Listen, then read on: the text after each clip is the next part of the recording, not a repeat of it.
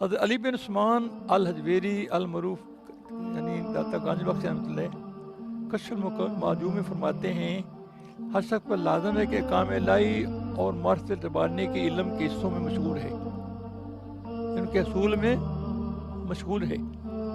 ہر شخص پر لازم ہے کہ احکام الہی اور معرفت ربانی کے علم کے اصول میں مشغول ہے۔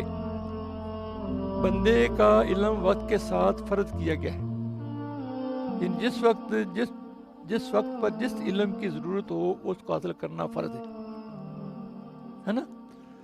حضرت ابو علی سقفی رحمۃ اللہ فرماتے ہیں کہ جہالت اور تاریکی کے مقابلے میں علم دل کی زندگی ہے اور آنکھوں کا نور ہے۔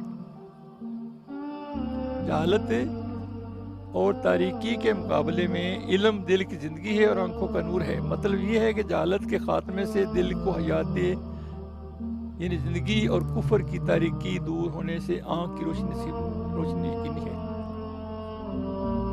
جہالت کے خاتمے سے دل کی زندگی ہے نا، اور کفر کی تاریکی دور ہونے سے آنکھ کی روشنی یقینی ہے۔ جس کو ایمان کی معرفت نہیں اس کا دل جہالت کی وجہ سے مردہ ہے۔ ایمان سے دل زندہ ہوتے ہیں، بے ایمانی سے دل۔ جس کو ایمان کی معرفت نہیں ہے اس کا دل جہالت کی وجہ سے مردہ ہے، اور جس کو شریعت کا علم نہیں اس کا دل نادانی اور غفلت کا مریض ہے۔